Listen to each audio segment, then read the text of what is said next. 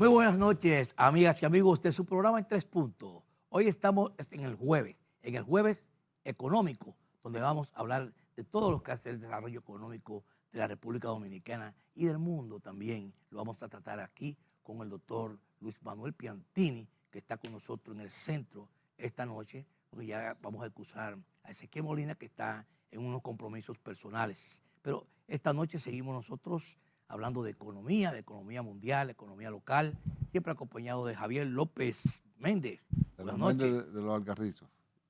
De los Alcarrizos. Buenas noches, Buenas Luis noches, Manuel. Flavio. Buenas noches, Luis Manuel. Buenas noches, amigos televidentes. Hoy jueves económico de Tres Puntos. Así que bienvenido a su programa en Tres Puntos. Bueno, muy buenas noches Flavio, buenas noches Javier, buenas noches pueblo dominicano. Aprovechenme que voy a estar un tiempito fuera del área. Tú hacía falta, Luis Manuel. Tú hacía falta Pero porque nada tú más vino a estás, meter la tú estás cabeza. teniendo muchos viajes y Vine, está pero saliendo voy a caro el tener- programa. Pero me voy a tener que ir otra vez. Sí. Tiene que hacer una pausa otra vez. Pero Ajá, por un mes. por un mes. Pagado por el programa, pero lo vamos a mandar otra vez para la Ciudad del Sol. a la Ciudad del Sol. Así es. Pero así empezamos nosotros la noche de hoy, nuestro jueves económico, con muchas informaciones, sobre todo hasta favorables.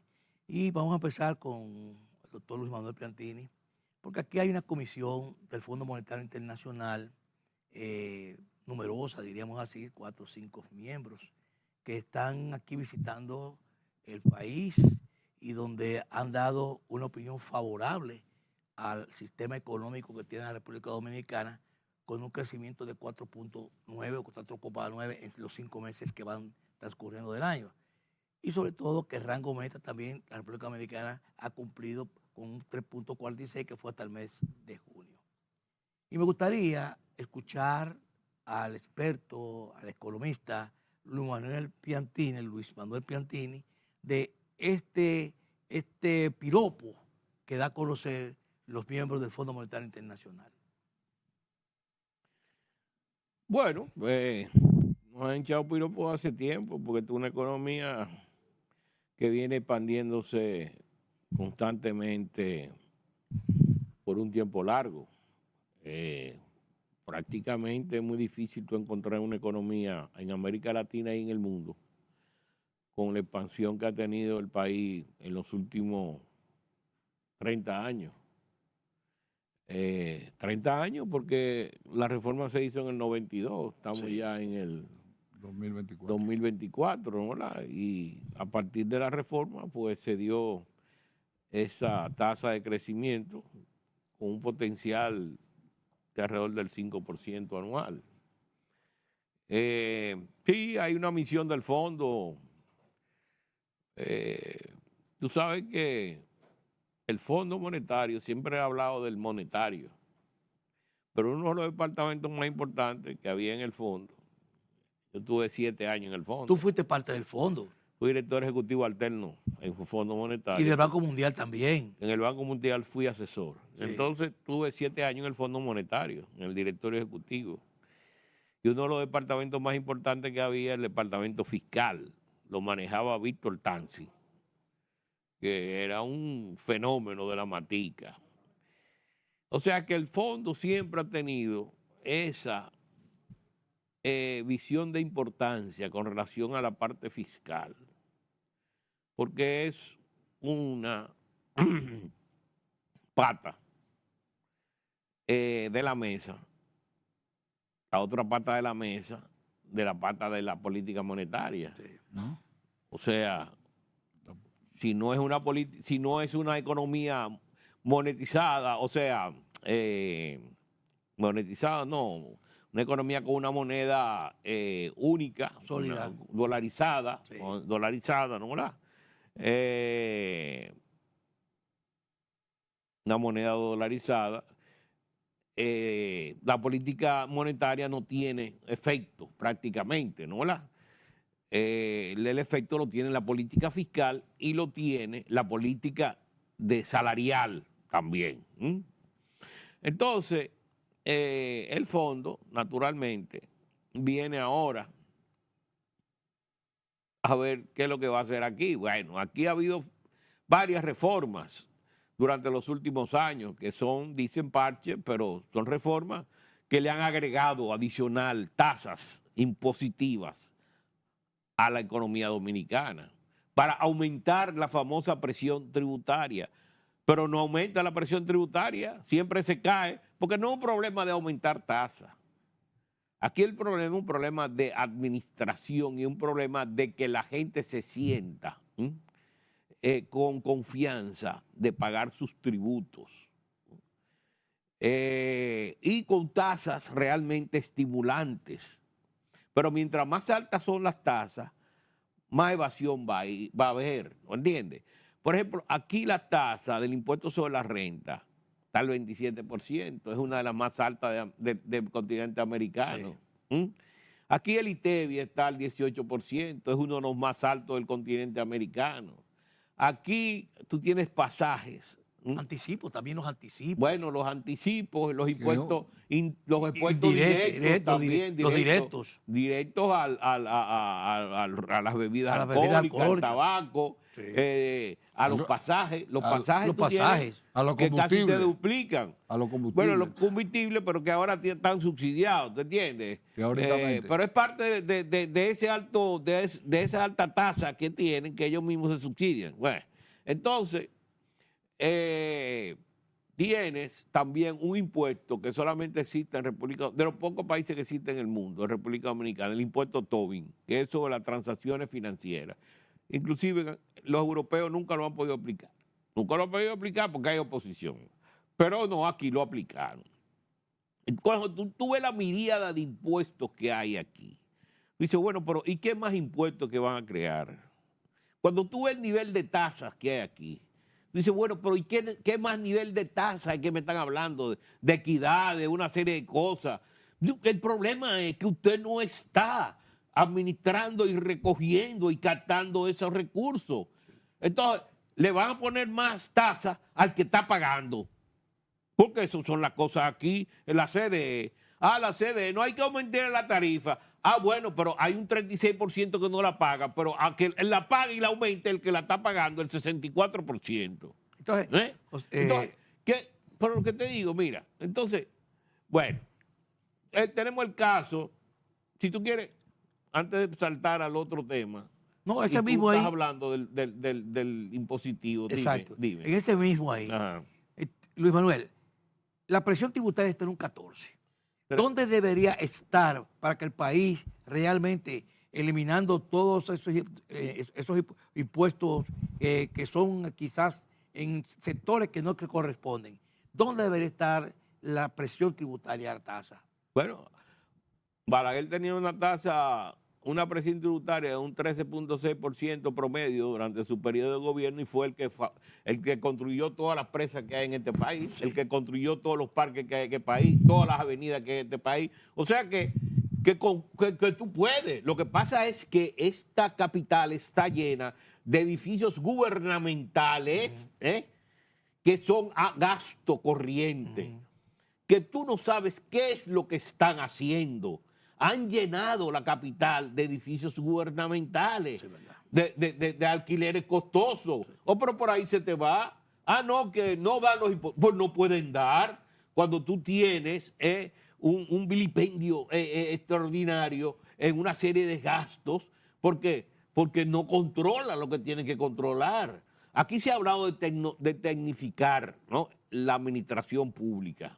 Tecnificar la administración pública, pero cada vez hay más empleados y cada vez hay más ayuntamientos y cada vez hay más diputados.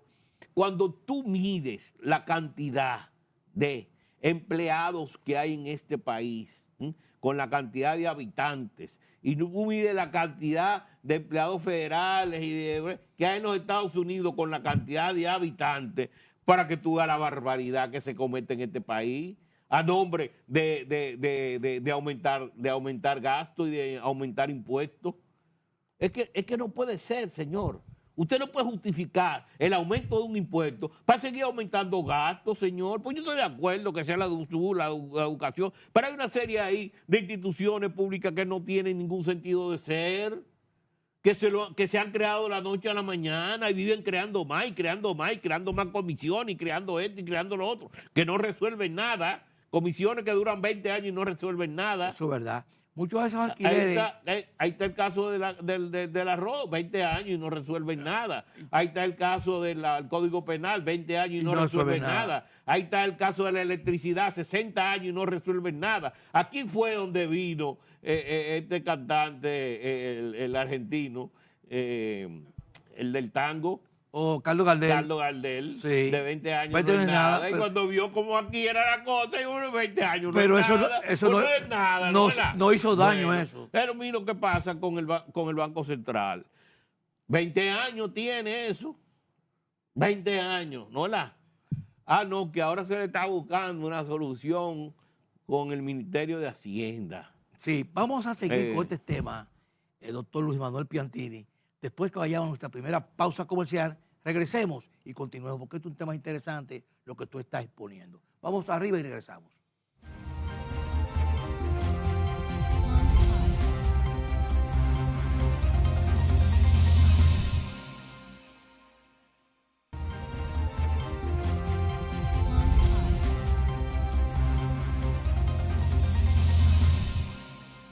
Bien, ya de regreso en este compartir que tenemos nosotros cada jueves, el jueves económico, pero vamos a disfrutar un sabroso jugo de pera que lo traje en nombre tuyo y también de Ezequiel, aunque no vino, pero lo vamos a degustar nosotros. Choquemos las copas.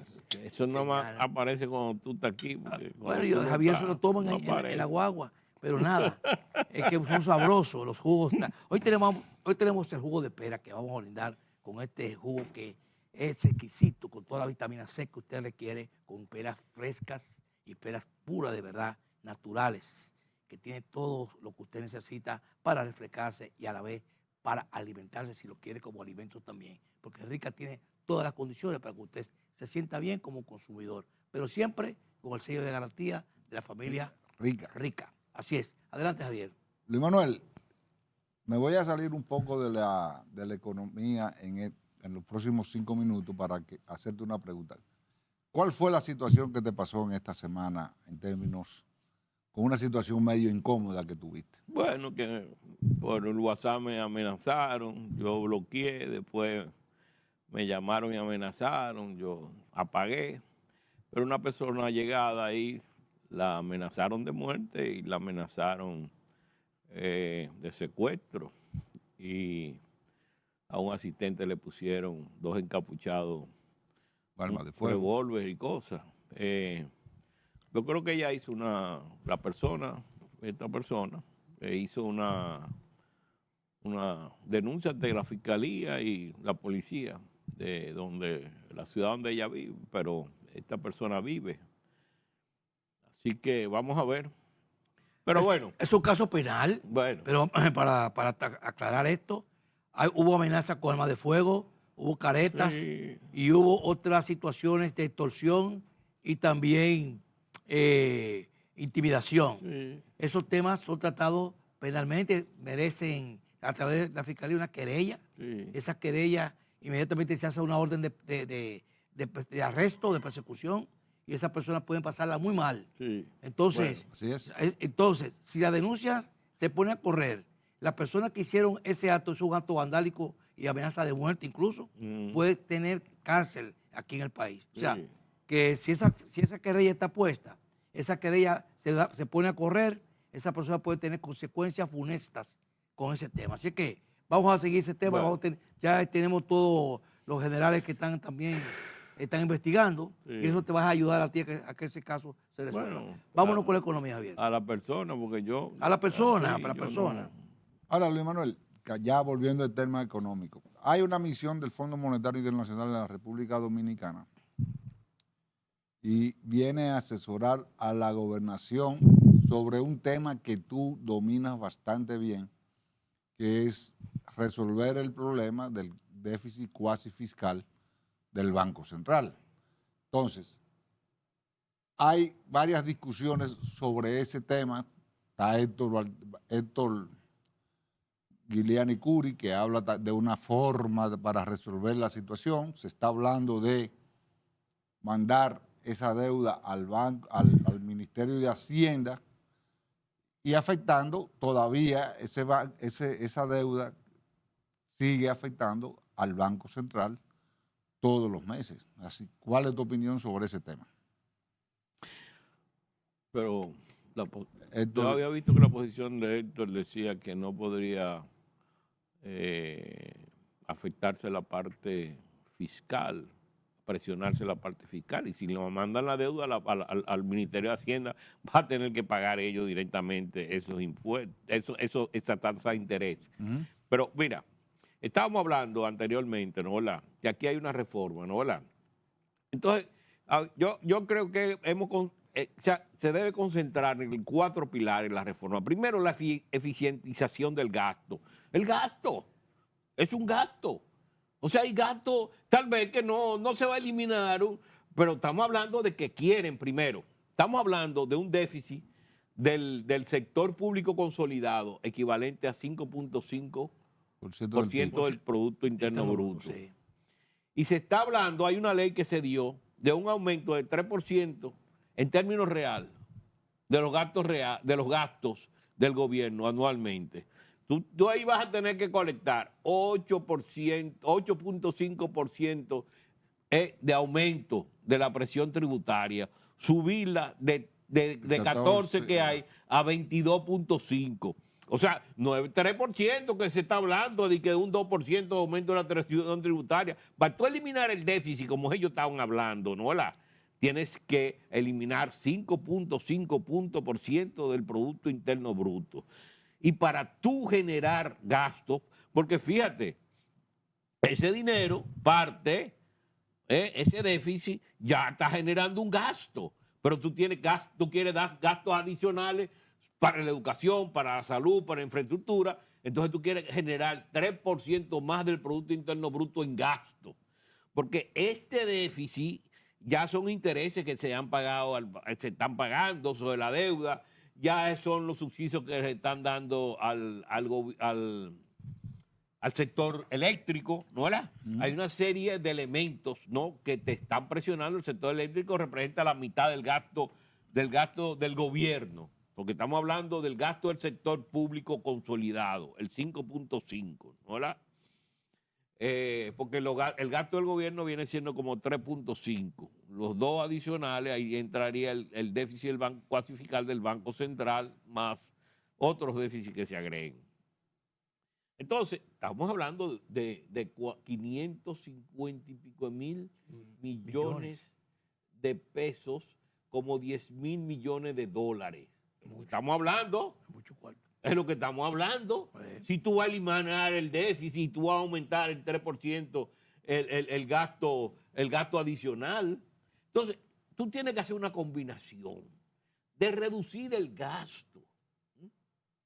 Tienes que hacer una combinación de mejorar la administración y ver cómo si bajando esa tasa impositiva tú amplías la base, reduce, porque fíjate, lo que estos extranjeros decían es que una reforma en un país con un sector informal equivalente al 55% del producto es muy difícil colectar. Sí. Tú estás aumentando tasas para lo mismo que están pagando. Si tú no estás haciendo esfuerzo de poder atraer a ese 50 y pico % a una economía formal, entonces, ¿para quién es que estamos aquí nosotros reformando? ¿Para un grupito solamente? ¿O es para la economía? ¿O es para los pobres? ¿O es para aquellos? Porque nos ponen de una vez una serie de adjetivos como si los otros fueran unos abusadores, explotadores, y los otros fueran los salvadores de la humanidad. Porque eso es la demagogia.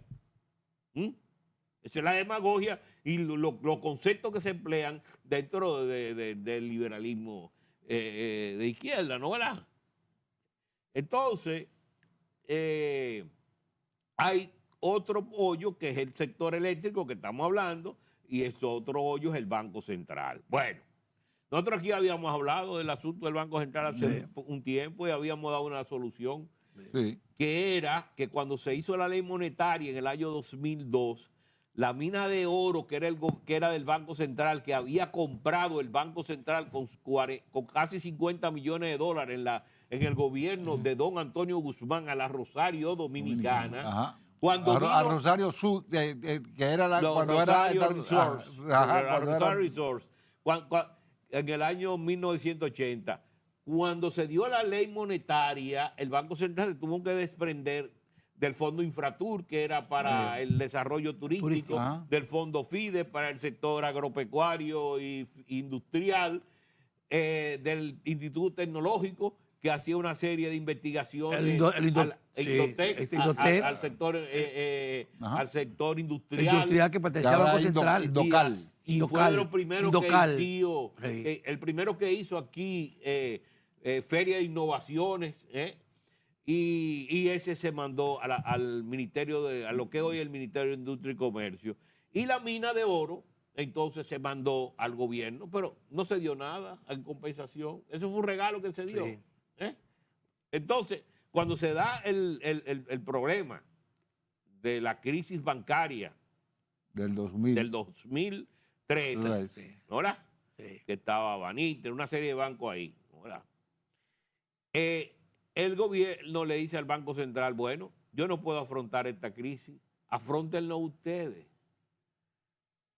en nombre de nosotros, pero no, yo soy responsable del pago, porque eso era una responsabilidad prácticamente de la superintendencia y no era del Banco Central, y el Banco Central va en auxilio de ese sistema para que no se caiga, y entrega una serie de recursos a la gente de depósitos que había en ese banco que ya no existían y que por tanto el Banco Central fue que tuvo que ponerlo. Sí, así fue. Entonces, para que eso no inflamara más, esa masa monetaria que se dio, con esos depósitos que se devolvieron de dinero creado por el Banco Central, para que ese dinero no inflara más. Se cumplió la ley de en ese momento. Para que ese dinero no inflara más la inflación, que llegó casi al 50%, y la tasa de cambio que llegó a 60 por 1, que todavía no ha llegado, porque después se bajó. Fíjate lo que hacen las crisis. Hoy bajó 2 centavos. Fíjate lo que hacen las crisis, que te disparan la especulación por allá, ¿tú entiendes? Las crisis te producen un efecto especulativo que hacen que la clase media desaparezca. Ahora una pregunta ahí. Una pregunta en ese mismo punto, que es buena aclaratoria. Si hace 20 y pico de años se dio la crisis bancaria y la tasa del dólar subió casi al 60 y nosotros estamos en 59 y no se ha producido una crisis como la que se dio en hace 20 años, porque con una tasa que nosotros hoy día tenemos una tasa bastante alta, no se ha provocado una crisis? Bueno, no es una tasa bastante alta, es una tasa que ha ido creciendo a medida que la economía ha ido creciendo y ha asimilado ese crecimiento de la tasa. Y por eso no ha provocado una crisis. Aquella vez se dio una crisis porque fue un alza inesperada y especulativa de un choque, ¿no? Y ahí, pues, mucha gente se quedaron empobrecida, ¿tú entiendes? Y la clase media se quedó empobrecida. Por eso yo en una oportunidad dije que lo mejor en esta economía era dolarizarla para que no hubieran ese tipo de crisis cambiaria. Inclusive, yo propuse en el año 2005, el 2004, que esos recursos del Banco Central, que el Banco Central había monetizado y que ya era una deuda pública, en ese momento representaban como 1.100, 1.200 millones de dólares, se convirtieran a dólares. No hubiera habido el problema que hay ahora. El problema que hay ahora no hubiera habido. Se hubiese dolarizado. Se hubiera dolarizado y no hubiera habido, porque la tasa de interés en los Estados Unidos o en el mercado internacional era mucho inferior. Acuérdate que la tasa de interés llegó al 40, llegó al 50. Y al 50 también. Y se tenían que pagar intereses por eso, ¿tú entiendes? Bueno, eso fue real. Con su permiso, doctor Piantini, vamos a irnos a nuestra segunda pausa comercial para continuar con más comentarios para todos ustedes. Vamos a la pausa.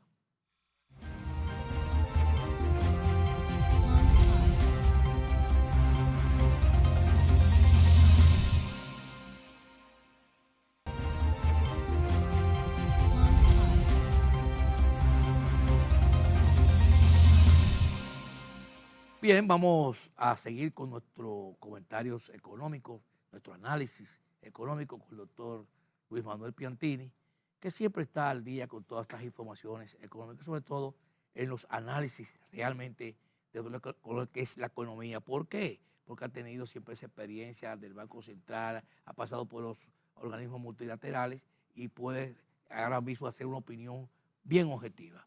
Adelante, Gipentini. Bueno, entonces ahí se produce lo que se habla del déficit cuasi-fiscal del Banco Central, porque asumió una operación que era propia del gobierno, pero el gobierno no tenía, no tenía los recursos para dar en ese momento 1.200 millones de dólares, ¿me entiendes? Que representó en ese dinero, más o menos. Entonces, como eso estaba en peso y el Banco Central tenía que colocar certificados para sacar ese dinero en circulación y no seguir aumentando la presión en la tasa de cambio, en la inflación, pagaba unas tasas de interés que en algunos que eran hasta con el 40%. Había que contrañir la economía. No, había el medio circulante, circulante. Porque se había expandido demasiado en exceso, ¿tú entiendes? Por ese rescate que se dio de esa banca, ¿no? Que te hice una pregunta, que si fue legal en ese momento, de la ley monetaria en ese momento, el rescate que se hizo a todos los accionistas y a todos los ahorrantes. Bueno, fíjate, estamos entrando en una materia que es, esto era una materia monetaria y una materia de números, y si entramos en esa materia jurídica, entonces vamos a hacer casi un programa de eso. Wow. Mejor eso dejamos eso para otro programa y claro. vamos a seguir con el tema, económico monetario. Porque la gente entonces se pierde y no sabe lo que estamos hablando. ¿Tú me entiendes? Entonces, fíjate, ¿qué pasa? Esos certificados fueron creciendo todos los años. Porque el gobierno central no compensaba al Banco Central. No lo compensaba. Por los intereses que le estaba pagando al público. Entonces le estaba pagando intereses al público y tenía que emitir certificados para sacar esos intereses también para que ese dinero no se fuera al circulante y presionara la inflación y presionara la tasa de cambio. Los dólares. ¿Me entiendes? Sí, claro. Entonces, ese ha sido el proceso de crecimiento de ese déficit cuasi-fiscal que hay hoy. Es una deuda que representa el 15% del Producto Interno Bruto. Del PIB. Sí, del PIB, del Producto Interno Bruto, el 15%. Son casi 800 y pico de mil millones de pesos. Es correcto, sí. Y en dólares son como 18 mil millones de dólares. Algo que era 1.500 millones de dólares en principio. Y eran 1.200 millones de dólares y han crecido como un 15%, 15 veces. 15 veces. En esos 20 años ha crecido 15 veces. 15 veces. Entonces dicen, no, porque eso no importa, porque eso tiene 20 años y no ha explotado. Sí, pero ya va por 15% y ya está creciendo mucho más rápido. Claro, porque mayor volumen. Pero no ha explotado porque ha habido una estabilidad y ha habido un manejo adecuado. Pero ¿y cuando no lo haya? Entonces, espérate, que eso hay que solucionarlo. Entonces, las autoridades dicen, no, porque eso tiene varios años, tenemos discutiendo con el Ministerio de Hacienda, naturalmente. Hacienda no le interesa desprenderse, aunque lo ponga en el presupuesto, aunque digan, no, que los intereses equivalen al 33% del presupuesto. Sí, pero hay una parte que no se va al Banco Central y no se paga. Sí. ¿Entiendes? Y se utiliza para otra cosa y se sigue hablando de intereses y se sigue con el mismo cuartico de los intereses, pero efectivamente no se pagan esos intereses ni se ponen en la bóveda del Banco Central, porque si se pusieran esos intereses en la bóveda del Banco Central, ese déficit y esa deuda no aumentara como está aumentando, sino que disminuyera con relación al Producto Interno Bruto. Entonces, ¿qué es lo que pasa? Que no, ellos están poniendo en el presupuesto programado la cantidad de intereses, pero en la ejecución no le pagan al Banco Central lo que tienen que pagarle. ¿Me entiendes? Y por eso esa deuda oficial con el Banco Central va aumentando. Entonces, ¿qué yo digo? Pero vean acá, lo de la mina de oro, eso fue un regalo que le hizo el Banco Central al gobierno. Devuélvanle al Banco Central esa mina de oro en compensación a que no dieron nada, pero tienen una deuda con el Banco Central. Entonces, ¿qué pasa?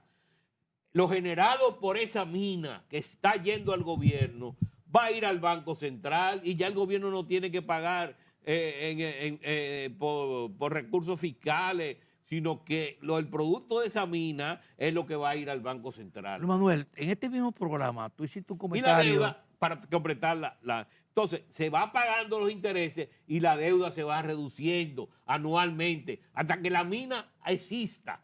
Hasta que la mina exista. ¿No? Esa operación se mantiene porque no es una operación que se resuelve de la noche a la mañana. Yo estoy diciendo que se va a resolver de la noche a la mañana. Se va a resolver durante el periodo de vida de la mina.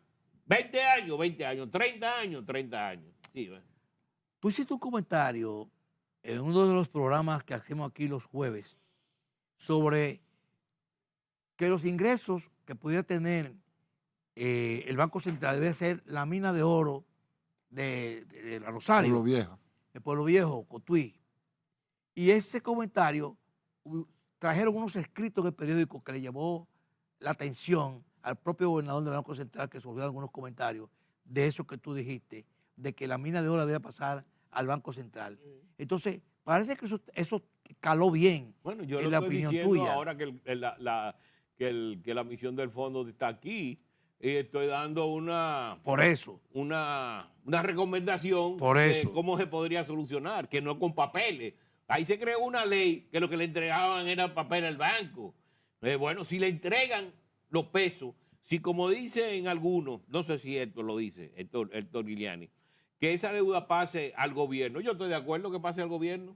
No tengo ningún problema, que pase al gobierno. Y el gobierno paga sus intereses. ¿Lo va a hacer? No. No. No lo vas a hacer. ¿Tú sabes lo que el gobierno recibe una deuda de 15% del Producto Interno Bruto, de que eso salga en el exterior, en sus papeles y sus pendejadas, y que tengan que pagar esa deuda? Eso, entonces, fíjate, lo mejor yo creo que es eso, que el gobierno le entregue al Banco Central esa mina y ya tú ves, hay una compensación de la mina con la deuda, para que tú veas que se compensan. Y hay un neto ahí cero. Y los recursos hay un neto valor cero. ¿Qué es lo que tú has dicho? Entonces, cuando tú dices, no, que hay una deuda de un 15% del producto en el Banco Central, no, pero también hay un activo que vale un 15% del Producto Interno Bruto que se va a resolver en 20 años. Ese activo, así que tú lo neteas y eso es cero.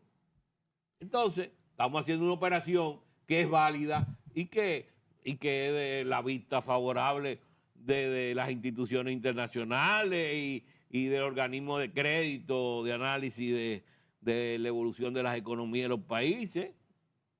Pero tú tienes el caso, el Estado Dominicano, como socio de la Barrigol, las utilidades que le paga, ese dinero va a finanzas, Hacienda, no va al Banco Central en este momento. No, pero lo que te estoy diciendo, que debería ser que la mina pase al Banco Central y ese dinero pase al Banco Central. Ingrese el Banco Central el dinero. El dinero, porque el Estado recibe dinero de la misma mina, pero ya como impuestos. Pero, no, en una cosa son los impuestos. Y otra cosa tú estás hablando de las utilidades. De las utilidades. No estoy hablando de los impuestos. Los impuestos son los impuestos al gobierno si le paga impuestos. Es los beneficios que produce la mina. Que no paga impuestos. Bueno, pues yo creo que debería pagar impuestos. Todo organismo tiene que pagar impuestos, ¿no? ¿Verdad? Yo creo que está pagando impuestos. Y la rentabilidad que da la mina. Estamos hablando de 2.300, el precio ahora mismo de la onza Troy. La onza Troy está en lo más alto, un punto más alto. Entonces, recibiéndolo mensualmente. Ahora, hay una noticia internacional, Luis Manuel, que nos afecta a nosotros, y es que Ucrania va a entrar definitivamente a la OTAN, de acuerdo a la OTAN. ¿Cómo vamos a resolver esa situación con respecto a Rusia y Ucrania y la OTAN? Bueno, pero no hemos salido de economía, hemos ido no, a política geopolítica. Porque es económica, no, por el tiempo eso es una bomba que tú estás poniendo por el tiempo que nos está arropando. No, óyeme, yo no sabía que la OTAN iba a recibir a Ucrania como miembro de la OTAN. Yo creo que... Ese es el tranque. Que no creo, o sea, no sé, tengo que leer la noticia. Tú me lo estás diciendo ahora por primera boca. Yo sé que hay una reunión de la OTAN en los Estados Unidos. En los Estados Unidos. Que los americanos han dispuesto una entrega de muchísimos miles de millones y los europeos también. y que está planteada la Tercera Guerra Mundial ahí, ¿me entiendes? Porque ya eso se está tornando ya en una crisis que va a llevar en algún momento a disparar una bomba de esa atómica que tiene uno de estos, y ahí se armó la trifulca, ¿no es la? El no te mené. El no te mené. Entonces, entrar en ese detalle ahora es adentrarnos prácticamente en la destrucción de la humanidad, porque yo creo que si vamos a ese nivel de conflagración, ahí se van a tirar bombas a todo el mundo. Ya Irán tiene, Qatar tiene, la China tiene, Pakistán, India tiene, la India tiene, Israel tiene. O sea que, oye, me estamos hablando. El Almagedón. Y por aquí pasarán varias también, porque los rusos y los chinos no se van a quedar tranquilos. Hay unos cohetes que van a la luna y bajan de allá y al espacio y por ahí y vienen cargados con armamentos nucleares. No, estamos hablando de una cosa seria. Entonces mejor no entremos en ese tópico ahora, porque nos vamos a hundir en el pesimismo. Sí. Pero en términos económicos ya Europa está... Pues yo creo que estamos entrando ya en la Tercera Guerra Mundial. Lo que pasa es que el tiro grande no ha sonado. Pero esto se está armando. Mira ahora estaba leyendo yo que la Arabia Saudita está presionando a los europeos. Y a los Estados Unidos. Bueno, no sé a los Estados Unidos, pero a los europeos, porque ella lo que tiene mucho es valores de Francia y de Europa, a que no capturen los depósitos que tiene el Banco Central ruso. Que no embarguen. No embarguen los depósitos que tiene el Banco Central ruso, ¿no era?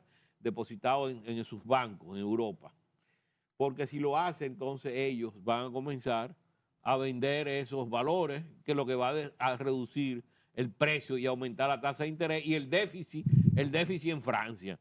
Pero también los árabes tienen un déficit enorme que solamente lo pueden llenar con un precio del petróleo a $95 y está muy lejos de $95, ¿entiendes? O sea que ellos no pueden tampoco reducir el valor de los activos que tienen, porque quererlo colocar en defensa de Rusia, porque se están ellos mismos afectando. Es lo que pasa con los chinos. Los chinos hacen picoteo, ¿no?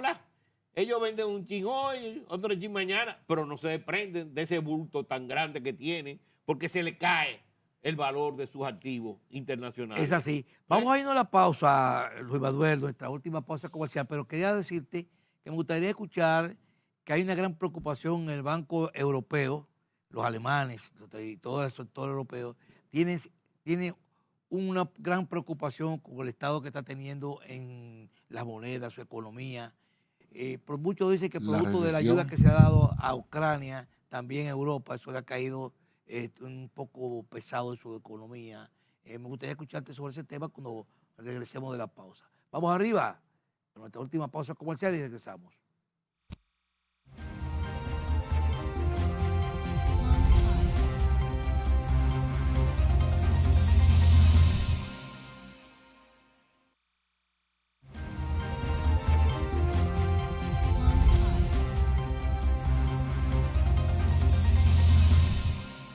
Bien, ya estamos ya en la última pausa comercial del programa para todos aquellos que se integran en estos momentos. Estamos en el jueves económico.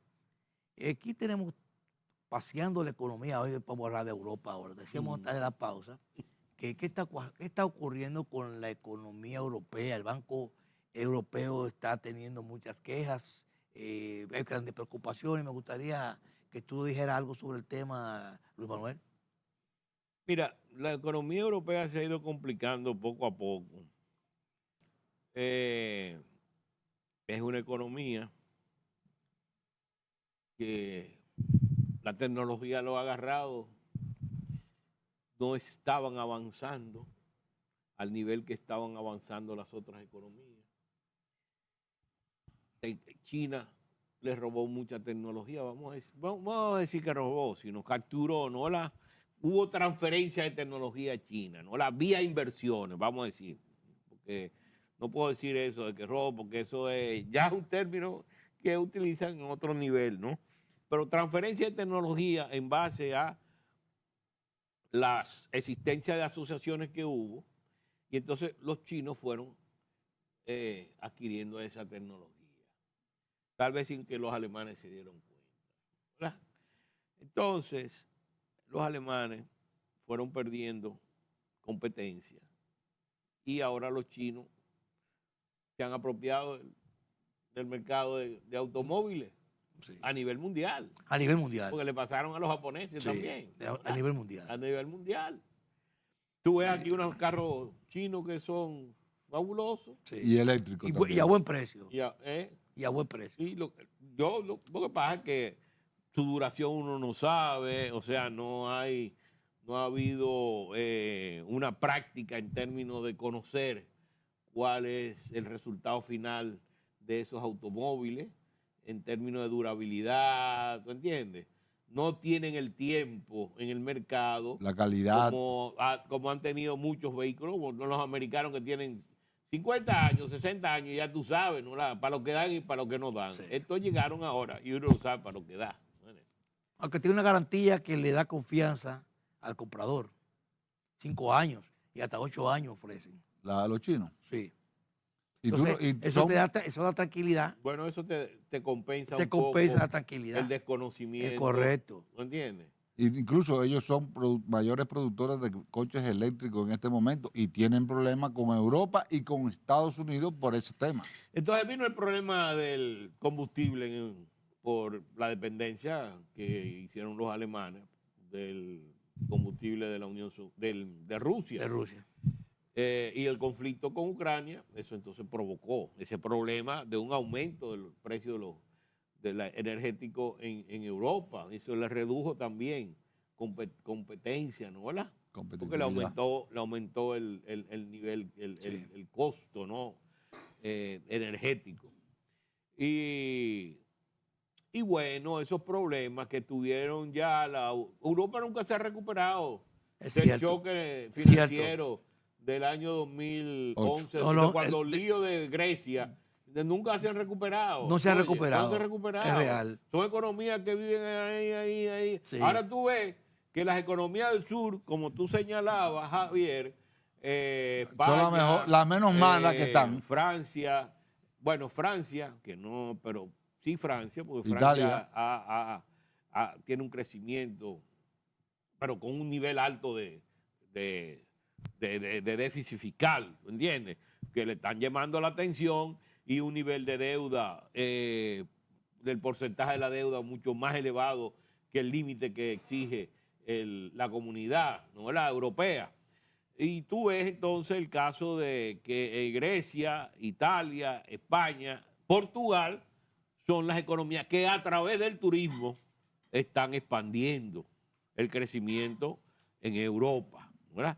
Pero ya esa Europa exportadora, ese caballo exportador que era Alemania, eso se perdió, para que tú veas cómo se pierden las cosas. Así es. Que uno confiaba en, no, ahí está Alemania, no, Lo Alemania máximo, es el motor lo de máximo, ahí. Bueno, lo pues máximo. Alemania ya no es el motor de ahí, no es el motor de ahí, eso cambió ya. Entonces, que Ucrania, bueno, el efecto de la guerra de Ucrania sobre Europa es el cierre de los mercados entre los países, la Rusia, el problema con Ucrania y otras, que no hay ese flujo ya como habían antes en las medianas empresas que eran muy dependientes una de otras, de insumos, de una cadena de valores que habían a nivel de medianas empresas en esos países. Bueno, ese dinamismo también se perdió, ¿no? El Brexit también le quitó empuje a Inglaterra. Entonces, Inglaterra tuvo el problema que tiene. Ahora han ganado los socialistas. No, pero los laboristas. Bueno, yo no sé. No la solo izquierda, vamos a decir. no, la izquierda moderada, centrista, lo que tú quieras.